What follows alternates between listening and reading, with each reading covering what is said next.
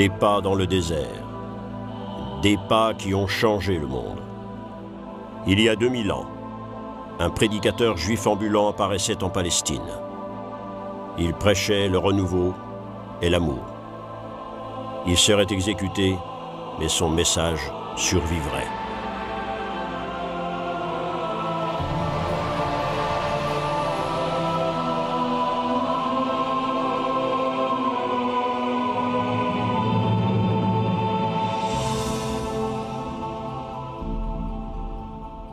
L'histoire du christianisme, un cortège infini d'humanité. Une route qui serpente à travers les siècles, pleine d'erreurs et de confusion, pleine de dévotion et de passion. Une route faite non de dates historiques, mais du vécu d'individus. Une histoire de souffrance, mais aussi une histoire de joie. Une laborieuse recherche de la vérité qui dure depuis plus de 2000 ans.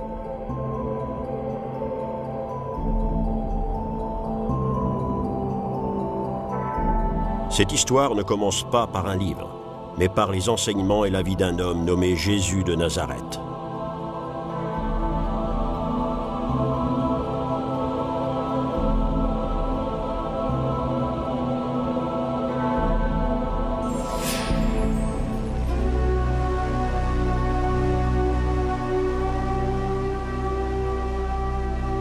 Jésus n'a personnellement laissé aucun écrit.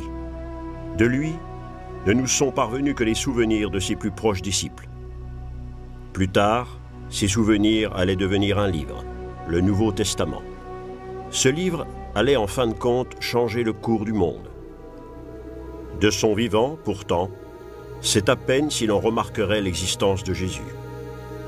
Dans le cadre des paysages sauvages de Terre Sainte, son destin se déroulerait devant d'humbles auditeurs, des bergers, des pêcheurs et des fermiers.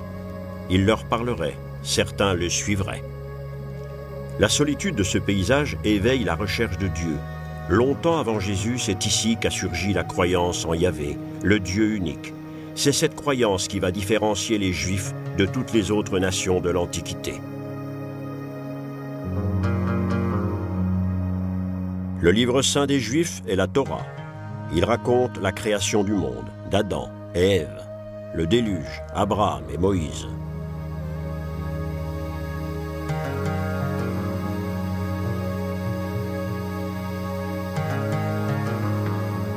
Né juif, Jésus a grandi avec ces histoires.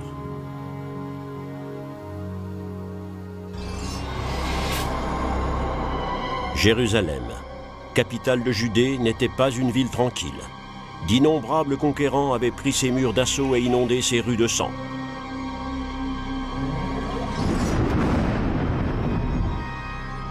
Du temps de Jésus, Rome était la puissance dominante. Le pourtour de la Méditerranée résonnait du fracas des légions en marche. La Judée n'était qu'une petite province de l'immense empire, une province agitée.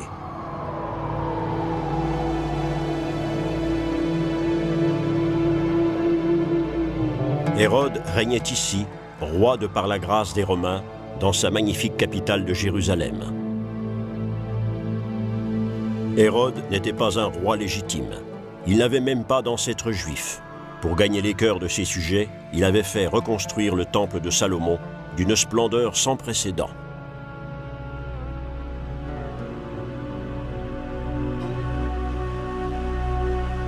C'est au cours de cette période qu'avait lieu la naissance de Jésus. L'histoire de Noël dans l'Évangile selon Luc nous dit que Jésus est né dans une étable.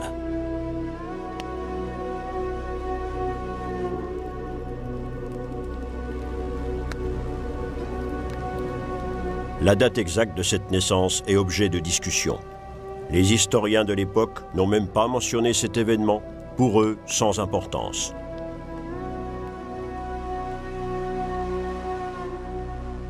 L'Évangile selon Matthieu raconte une histoire différente. Une étoile inconnue était apparue pour proclamer la naissance de Jésus. 3 sages, interprètes des corps célestes, étaient venus de l'Est pour adorer l'enfant. Leur geste était censé souligner l'unicité de Jésus. La suite de l'histoire se transforme alors en roman noir. Par crainte du roi Jésus, Hérode ordonnait la mise à mort de tous les enfants mâles nouveau-nés. il n'existe aucune preuve historique de ce meurtre massif. Il n'est même pas sûr que Jésus soit né du temps d'Hérode.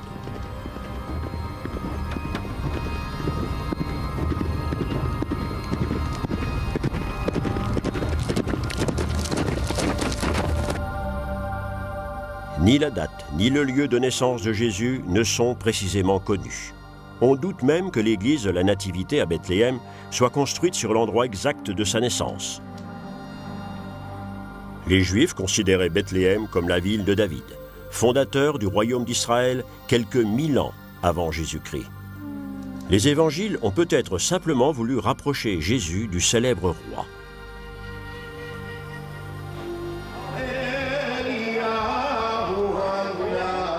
Jésus a grandi comme un juif. 8 jours après sa naissance, il était circoncis, comme le sont tous les garçons juifs. Aujourd'hui encore, l'anniversaire de la circoncision du Seigneur figure dans le calendrier chrétien. Tout au long de l'histoire, nombreux sont ceux qui ont eu beaucoup de mal à accepter la judaïcité de Jésus.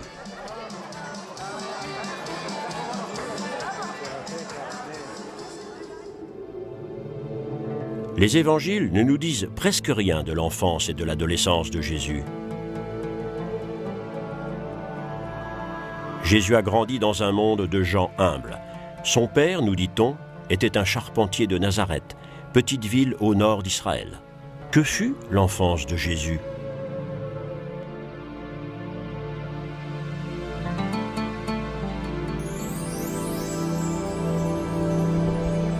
Une seule histoire nous parle du jeune Jésus.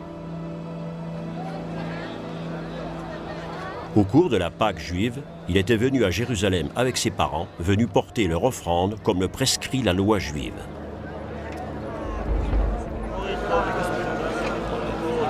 On raconte que le garçon, âgé de 12 ans, avait fait sensation à cause de l'intelligence avec laquelle il discutait de questions théologiques. Mais nous n'avons pas plus de détails. À un certain moment, Jésus se détournait du judaïsme orthodoxe pour aller vers un prédicateur du repentir très populaire à l'époque. Son nom était Jean le Baptiste. Jésus se faisait baptiser par Jean, un acte de renouveau spirituel et purificateur des péchés. À cette époque, beaucoup de Juifs croyaient que le jour du jugement dernier était proche.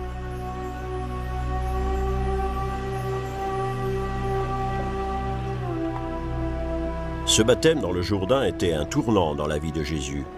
À partir de cet instant, il menait une vie de prédicateur nomade en Galilée et sur les berges du lac de Tibériade. Il y trouvait ses premiers auditeurs au milieu de simples pêcheurs. L'un d'eux, nommé Simon, se décidait à le suivre. Il allait devenir célèbre sous le nom de Pierre. Jésus parlait souvent en paraboles et en images. Il proclamait de nouvelles valeurs, stupéfiantes aux yeux du plus grand nombre. Bénis soient les charitables, car ils atteindront la pitié. Bénis soient les cœurs purs, car ils verront Dieu. Bénis soient les pacifiques, car ils seront appelés les enfants de Dieu.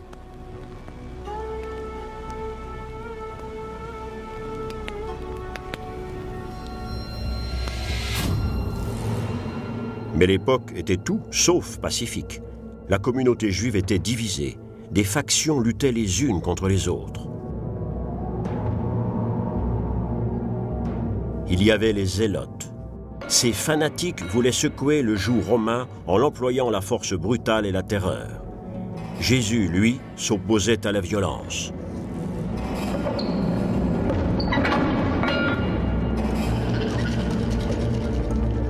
Et puis, il y avait les prêtres du temple. Les ruines de leur demeure à Jérusalem attestent toujours de leur style de vie luxueux, jusqu'à posséder un système privé d'alimentation en eau pour le mikvah, le bain rituel traditionnel. La caste des prêtres, qui vivaient en grande partie sur le très lucratif impôt religieux que chaque juif devait acquitter, avait depuis longtemps fait sa paix avec les occupants romains. Jésus, lui, critiquait ouvertement l'utilisation de la religion comme source de bénéfices.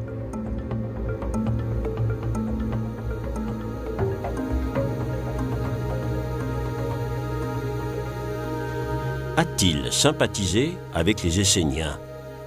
Ceux-ci cherchaient la solitude et se détournaient du monde, attendant l'Apocalypse et le commencement du royaume de Dieu.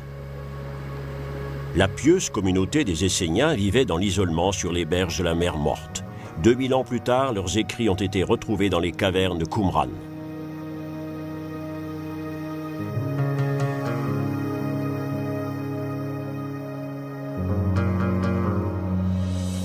Jésus a-t-il vécu dans la communauté des Esséniens, comme le pensent certains savants? Cela n'a jamais été prouvé. Une chose est cependant certaine, se retirer du monde n'était pas conforme à son enseignement.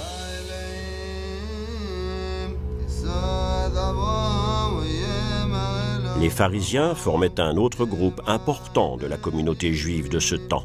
Ils cherchaient le salut dans l'observation méticuleuse des strictes règles de vie édictées dans la Torah.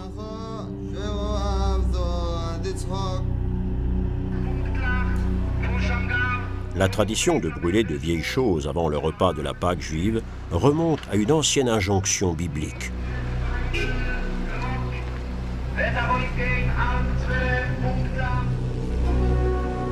Jésus enseignait que la loi est faite pour les individus et non l'inverse. C'est pourquoi de nombreux partisans du dogme le considéraient comme impie.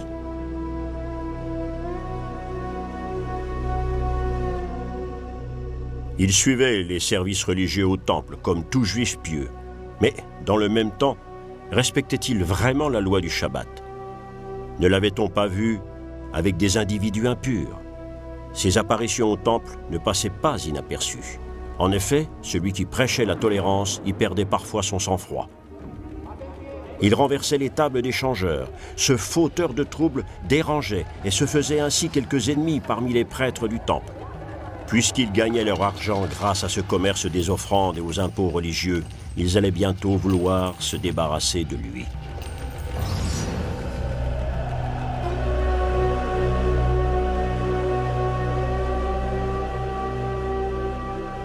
Le mont Sion est situé à l'extérieur des portes de Jérusalem. À la place où se dresse aujourd'hui une église catholique, Jésus avait trouvé un endroit où célébrer le repas de la Pâque juive avec ses plus proches amis. Ce repas, le Seder, est toujours de tradition dans les familles juives. Les aliments peu ordinaires, comme les herbes amères trempées dans de l'eau salée, ont une signification symbolique. Ils sont le rappel de l'exode des Juifs d'Égypte. Au commencement du repas, le chef de la maison dit une prière et bénit le vin, puis il rompt le matzo, le pain azim.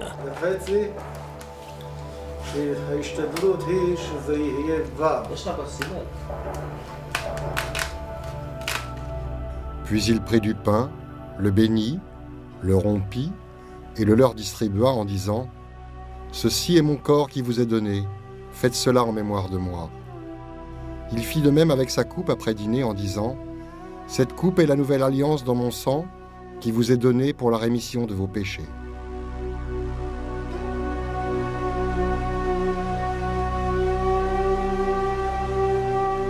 Avec ces mots, Jésus donnait au vieux rituel juif une nouvelle interprétation.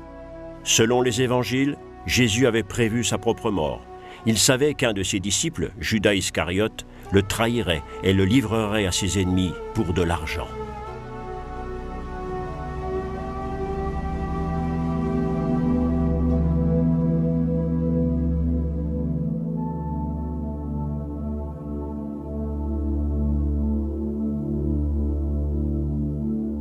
Après ce dernier dîner, Jésus et ses disciples recherchaient un endroit tranquille sur le mont des Oliviers. Les antiques oliviers du jardin de Gethsémani étaient alors les témoins des événements. Il s'était assis pour prier, il était déprimé. La Bible décrit un homme agité d'une crainte mortelle. « Mon Père, si c'est en ton pouvoir, éloigne de moi ce calice. » On dit que Jésus a prononcé ces mots appuyés contre ce rocher. Il s'approche de ses disciples et les trouvant endormis, il dit « Ne pouvez-vous pas veiller 1 heure avec moi ?» C'était la dernière heure qu'ils passeraient avec leur maître. Le baiser de Judas scellait la trahison. Jésus était arrêté, emmené et torturé.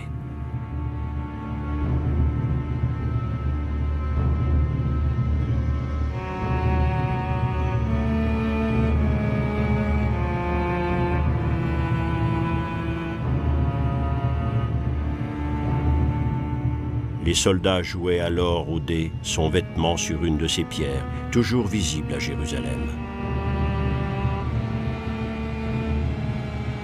Le pouvoir d'occupation condamnait Jésus à la pire des punitions, la crucifixion, des heures d'un supplice mortel, lié et cloué à une croix en bois.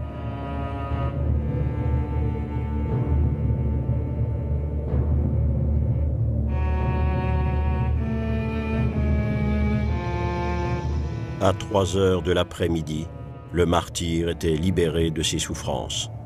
Jésus de Nazareth était mort.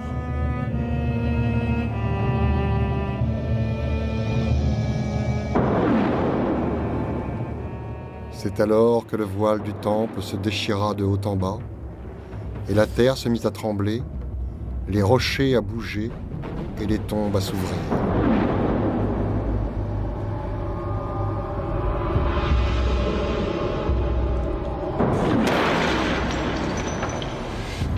Les évangiles parlent de violents phénomènes naturels après la mort de Jésus pour dramatiser l'événement. Mais il n'en est fait nulle part mention dans les écrits de l'époque. Un homme riche avait un tombeau disponible. Il y déposait le corps et refermait le tombeau avec une pierre. Était-ce la fin? Jésus n'avait-il été qu'un épisode d'une époque mouvementée?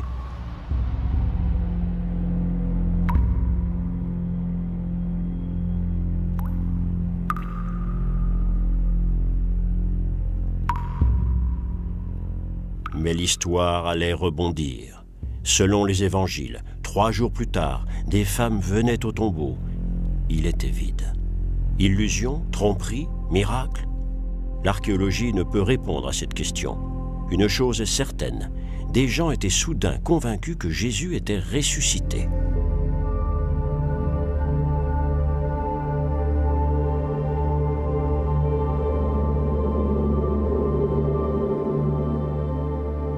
Selon la Bible, cette croyance allait emporter les premiers chrétiens comme un ouragan. Ils sortaient de leur cachette et commençaient à prêcher dans les rues de Jérusalem. Une porte volait en éclats, une nouvelle religion venait de naître.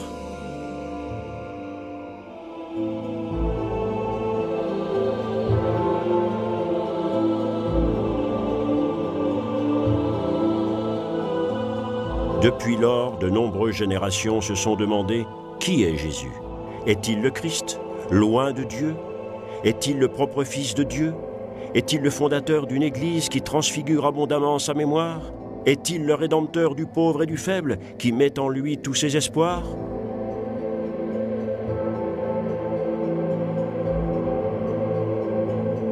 Sans relâche, jusqu'à nos jours, les gens se demandent ce qu'est réellement le christianisme. Chaque époque a trouvé sa propre réponse, que ce soit dans la plus profonde piété ou l'ardeur missionnaire, dans l'amour désintéressé ou la violence fanatique, tous les chrétiens se réclament de Jésus de Nazareth.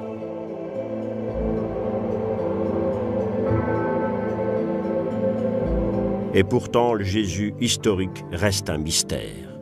Depuis toujours et encore aujourd'hui, des gens recherchent la preuve irréfutable de son existence terrestre.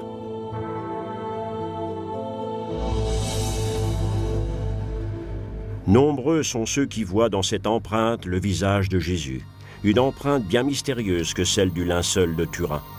Depuis le Moyen-Âge, ce tissu est révéré comme une relique.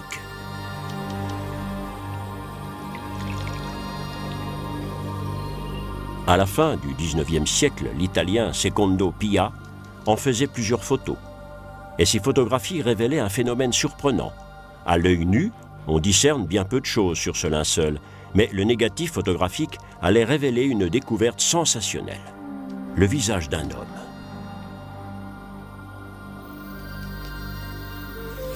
Des millions de gens considèrent cette image comme celle du visage de Jésus.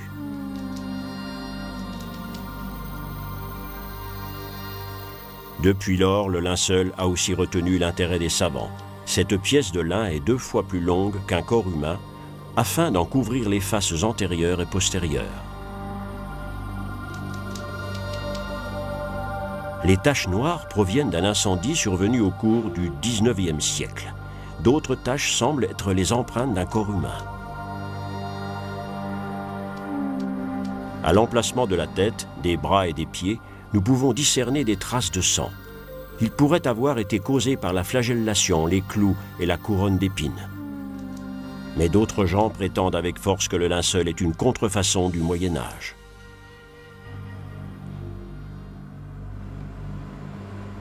La science moderne pourrait répondre à cette question. La relique, étudiée par la technique de la datation au carbone 14, a été identifiée comme venant du XIVe siècle. Mais d'autres scientifiques doutent de l'exactitude de la méthode. Peu de temps après, des chercheurs découvraient sur le lin du pollen de fleurs. Ce pollen proviendrait de la région de Jérusalem à l'époque de Jésus. Des images de synthèse mettent en évidence le caractère tridimensionnel de l'empreinte. Aucun faussaire médiéval n'aurait pu arriver à ce résultat. Ce visage reste une énigme.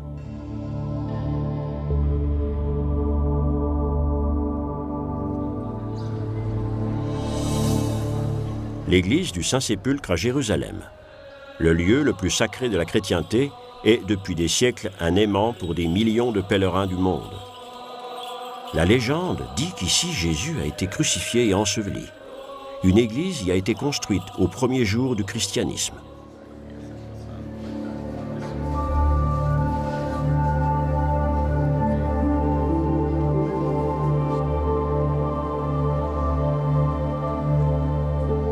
Golgotha, le lieu du crâne. L'endroit où fut exécuté Jésus et son tombeau ne sont qu'à quelques mètres l'un de l'autre à l'intérieur de l'église. On a longtemps douté de l'exactitude de l'emplacement de ces lieux historiques.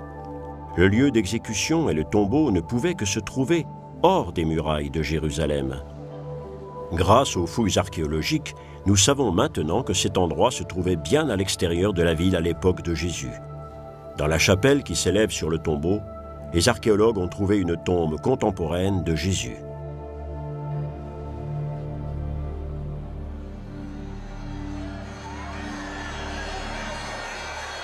Pâques, dans l'église du Saint-Sépulcre. Le jour le plus important pour les chrétiens est le jour anniversaire de la résurrection.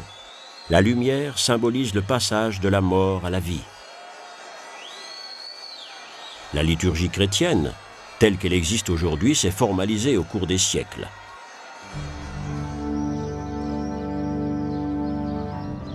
Dans les années qui ont suivi la crucifixion, les disciples de Jésus étaient inconscients d'être des chrétiens. Ils se considéraient toujours comme des Juifs. Ils obéissaient aux commandements de Moïse et suivaient les services au temple. Cependant, ils célébraient un repas commun en souvenir de Jésus. Ils s'occupaient des vieux et des malades et vivaient dans une communauté très unie. La première communauté chrétienne n'était qu'un groupe de Juifs parmi beaucoup d'autres, mais elle s'attirait de plus en plus de sympathisants.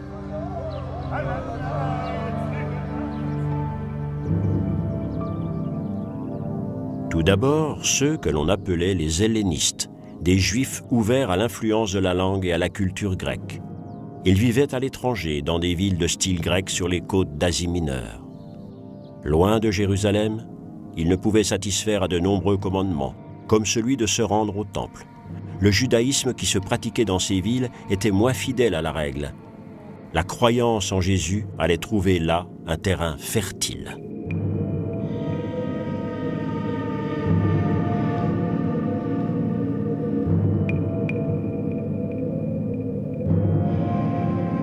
Le leader de ce groupe à Jérusalem était un jeune homme nommé Stéphanos. Ayant publiquement préconisé la nouvelle foi, il s'attirait la haine des traditionalistes.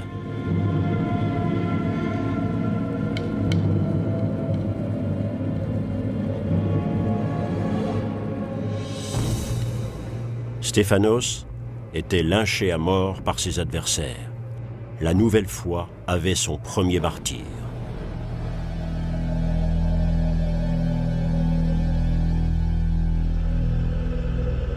Mais selon les écrits du Nouveau Testament, un conflit couvait à l'intérieur même du mouvement de Jésus. Une réunion des apôtres à Jérusalem était organisée pour résoudre le problème. Le point de friction était le suivant. fallait-il nécessairement être juif pour être chrétien? La tradition nous dit que l'avis de Pierre et de Paul avait finalement prévalu. Les non-juifs pourraient aussi devenir des chrétiens. Une décision de grande conséquence. Sans elle, le nouveau mouvement serait resté une secte juive parmi d'autres. Maintenant, il s'ouvrait au monde. La nouvelle foi se diffusait de Jérusalem à l'Asie mineure et à la Grèce. Elle faisait même son chemin vers l'Arménie, l'Éthiopie et l'Inde. Mais l'événement le plus important de cette époque avait lieu, selon la tradition, sur le chemin de Damas.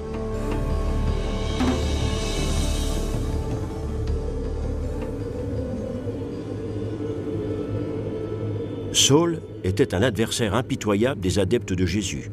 Selon les Actes des Apôtres, c'est sur le chemin de Damas qu'une expérience allait le changer pour toujours. Dans une vision radieuse, Dieu lui adressait la parole en ces termes. « Saul, Saul, pourquoi me persécutes-tu »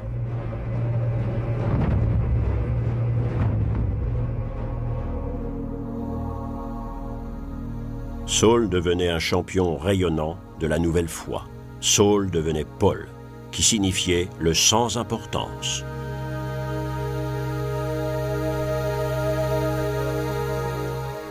L'apôtre tardif avait un grand rêve. Il voulait étendre la nouvelle foi sur tout l'Empire romain. Il avait très peu de temps pour le faire puisqu'il se figurait que le Seigneur allait très vite revenir. Dans cette éventualité, il fallait qu'à cet instant, chacun ait déjà découvert le Christ. Ses voyages l'emmenaient de Jérusalem en Asie mineure. Il convertissait et laissait sur son passage les graines de futures congrégations chrétiennes. Avec Paul, le nouveau message atteignait l'Europe. Après avoir porté ses pas en Grèce, il retournait dans les grandes villes des côtes de la mer Égée.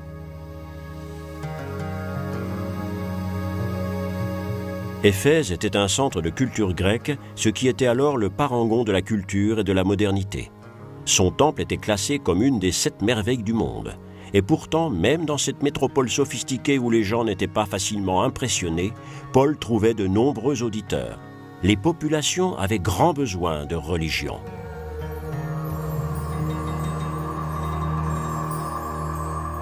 Nombreux étaient ceux qui allaient encore faire leur dévotion au célèbre temple d'Artémis devant l'image de la déesse de la fertilité. Mais ces dieux trop humains avaient perdu leur pouvoir. Leurs histoires étaient depuis longtemps devenues la substance dont étaient faites les comédies. Incorrigible séducteur, même le père Zeus ne provoquait plus le respect. D'autres modes religieux se propageaient, cultes mystérieux, religions secrètes, accessibles aux seuls initiés. Des profondeurs de l'Asie était venu le culte de Mithra. En hommage au dieu, un taureau était sacrifié pendant les cérémonies. Tout au long de l'histoire, les peuples ont cherché une réponse à l'éternelle question « D'où venons-nous et où allons-nous ?» en sacrifiant à des cultes comme celui-ci.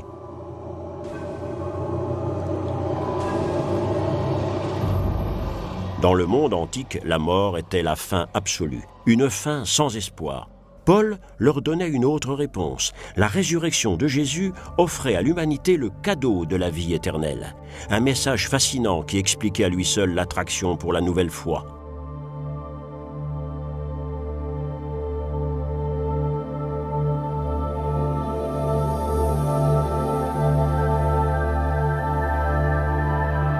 Mais Paul n'avait pas que des amis. Ses ennemis le calomniaient. Arrêté, il était emmené à Rome.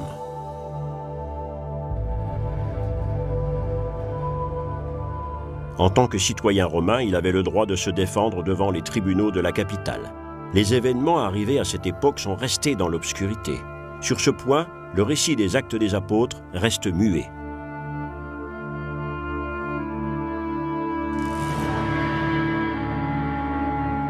L'empereur Néron régnait à Rome. Selon des historiens romains, il faisait incendier un quartier pauvre de la ville pour faire place à de splendides structures. Mais les chrétiens étaient accusés de cet incendie criminel. Une chasse aux sorcières commençait. La tradition veut que Paul ait été arrêté et jeté dans un cul de basse-fosse. Je suis prêt au sacrifice et mon heure est venue. J'ai livré un bon combat. J'ai fini ma route. J'ai maintenu la foi. Ces derniers mots nous sont parvenus par le Nouveau Testament. Paul a probablement été décapité.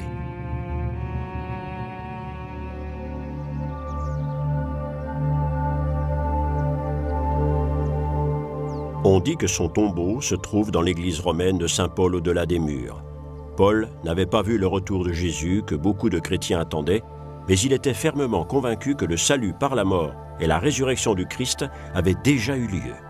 C'était un fait pour tous les croyants, présents et à venir.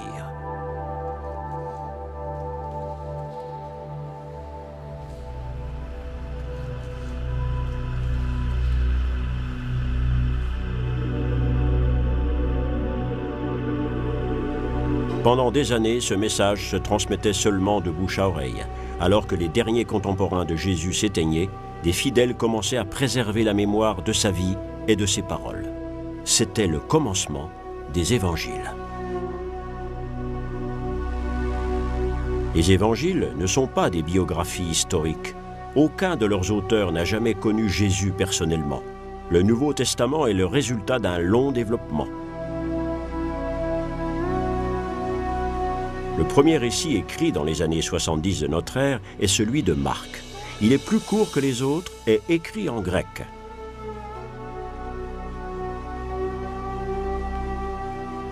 Quelques années plus tard, Matthieu transcrivait ce qu'il connaissait de la vie et du message de Jésus. Il est évident qu'il connaissait le texte de Marc. Il le cite parfois mot à mot. Luc a également copié Marc. Mais d'autres passages ne se retrouvent que chez Matthieu et Luc. Cette anomalie a conduit d'éminents spécialistes de la Bible à conclure qu'il avait dû exister une autre source, une compilation des paroles de Jésus inconnues de Marc. Ce texte, que les savants tentent depuis 1835 de reconstituer et appellent « la source », inélégamment abrégé Q, a cependant disparu. L'Évangile selon Jean est celui qui diffère le plus de tous les autres. Il lie le message de Jésus aux idées philosophiques grecques. Mais le 4e évangile n'est pas le dernier chapitre du Nouveau Testament. Vient s'y ajouter un texte mystérieux, on le croit originaire de Patmos, une petite île de la mer Égée. C'est ici, à l'endroit où se dresse aujourd'hui un monastère grec orthodoxe, que l'auteur est censé avoir écrit le livre des Révélations, la prédiction de l'Apocalypse. Comme l'évangéliste, son nom était Jean.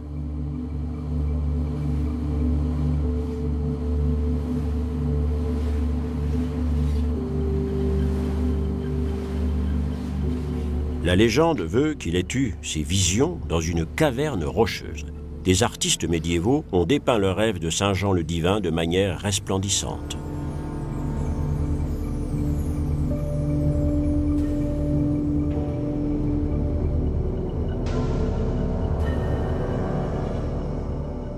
L'Apocalypse est le livre le plus mystérieux du Nouveau Testament. Une vision de la fin du monde, de la lutte violente entre le bien et le mal, et du terrible jugement que Dieu appliquera au monde.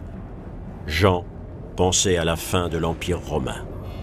Au cours du temps, ce texte a frappé l'imagination d'innombrables artistes.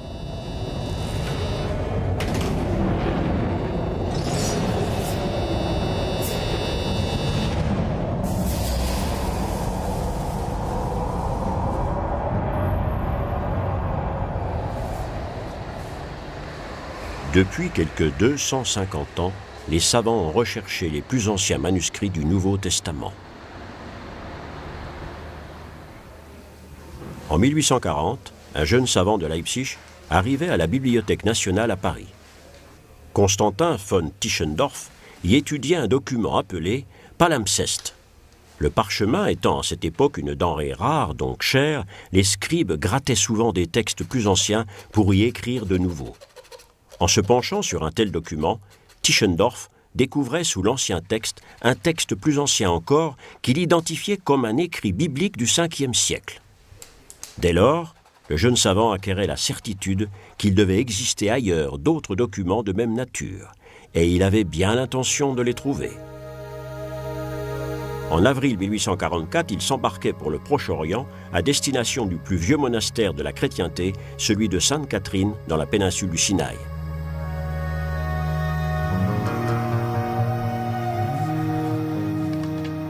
Aujourd'hui, ce lieu possède une collection unique de livres et de manuscrits anciens, certains d'entre eux datant de l'Antiquité. Ce trésor est maintenant bien gardé, mais lors de la venue de Tischendorf, les moines s'intéressaient peu aux exceptionnels témoignages des premiers siècles du christianisme.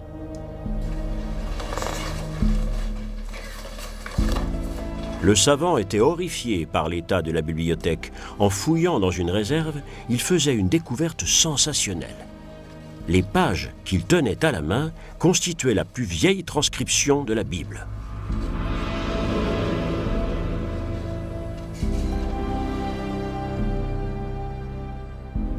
Ce texte est resté dans l'histoire sous le nom de Codex Sinaiticus. Il contient la quasi-totalité de l'Ancien et du Nouveau Testament rédigés en grec et date du début du IVe siècle. Une des sources les plus précieuses pour la recherche biblique. Cette découverte a un épilogue. Tischendorf ramenait le codex avec lui en Europe. Il laissait aux moines du monastère Sainte-Catherine sa promesse solennelle de le leur rendre. Le reçu, écrit en grec, est toujours au monastère. Quant au codex, il est encore dans les rayons du British Museum à Londres. L'Angleterre héberge également un autre trésor biblique. Dans la bibliothèque du Magdalen College de l'université d'Oxford se trouvent 3 minuscules fragments de l'Évangile selon Matthieu. Ce sont probablement les textes les plus anciens du Nouveau Testament. Le laser est couramment utilisé pour étudier les documents bibliques. Le rayon pénètre au plus profond des couches du papyrus et révèle les traces d'encre invisibles en surface. Les lettres perdues réapparaissent. Grâce à ces techniques, la science pénètre de plus en plus avant dans la recherche des textes bibliques primitifs.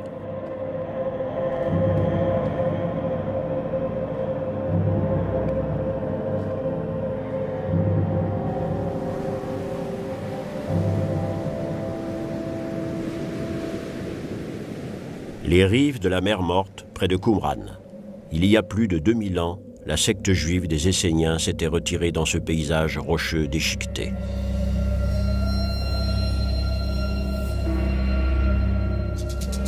En 1947, un jeune bédouin créait une énorme sensation. Lors d'une excursion, il pénétrait dans une des innombrables cavernes trouant les pentes escarpées des falaises bordant la mer Morte.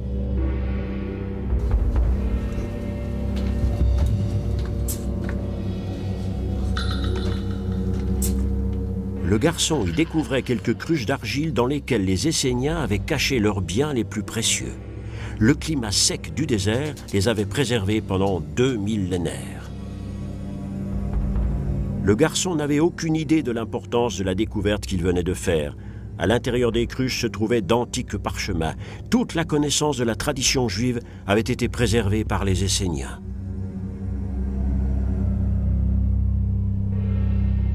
Le livre du prophète Isaïe est sur un des rouleaux. Aujourd'hui, ce document est gardé comme une sainte relique nationale à Jérusalem. Mais en plus de ce texte, des milliers de minuscules fragments ont aussi été trouvés. Leur préservation et leur traduction a pris très longtemps. Il y avait beaucoup de suppositions. Quelques savants envisageaient un rapport direct entre Jésus et ses enseignements. Beaucoup prétendaient qu'après les découvertes de Qumran, il allait falloir réécrire l'histoire du christianisme. Certains d'entre eux supputaient même une conspiration du Vatican pour supprimer cette découverte. Entre-temps, nous savons que les textes esséniens ne révèlent aucune information concrète sur Jésus. Une catastrophe est à l'origine de la sensationnelle découverte de Qumran. Les Esséniens avaient en effet mis leurs textes à l'abri des troupes romaines qui avaient détruit Jérusalem et le Temple en l'an 70 de notre ère. Une chapelle sur le mont des Oliviers porte l'inscription « Dominus flevit », le Seigneur pleura. Selon les évangiles, c'est à cet endroit que Jésus avait prévu la destruction du Temple. Voyez cette fière construction, il n'en restera pas pierre sur pierre.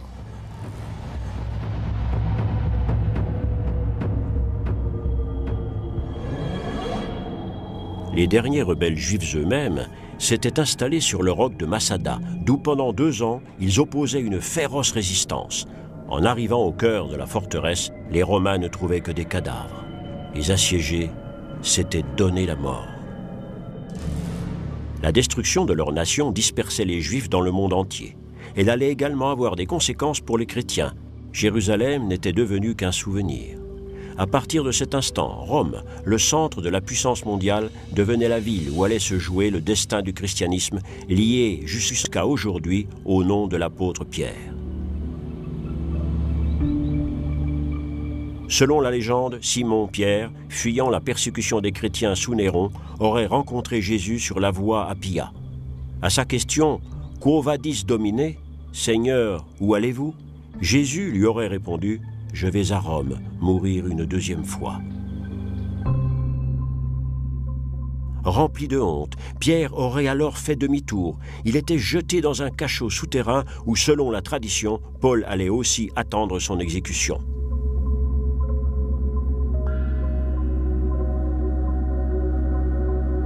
Pierre, que les évangiles décrivent comme emporté et même un peu lâche, aurait demandé au bourreau de le crucifier à l'envers parce qu'il ne méritait pas de mourir comme son Seigneur.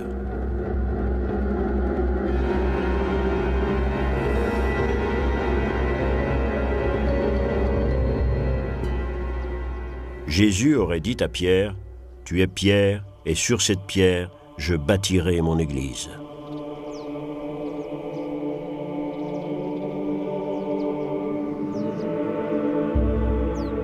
Les évêques romains allaient se réclamer de l'autorité de Pierre dans leurs revendications pour la papauté. C'est pourquoi la puissante église papale de Rome porte aussi le nom de Pierre.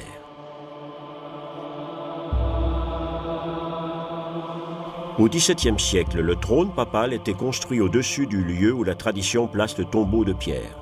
À ce moment-là, le minuscule groupe des disciples de Jésus était depuis longtemps devenu une grande puissance.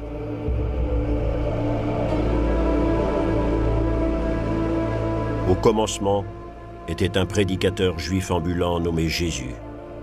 Ses disciples le reconnaissaient comme le Christ, Fils de Dieu et Sauveur de l'humanité.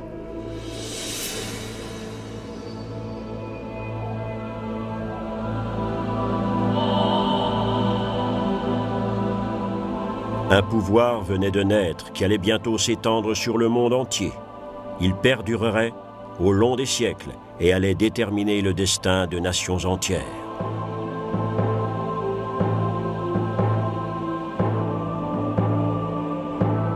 Le cortège d'une humanité à la recherche d'une grande promesse, un cheminement déroutant pour les peuples, une vision qui, encore et encore, allait insuffler la force aux croyants, une quête commencée il y a 2000 ans et qui n'a jamais cessé jusqu'à nos jours.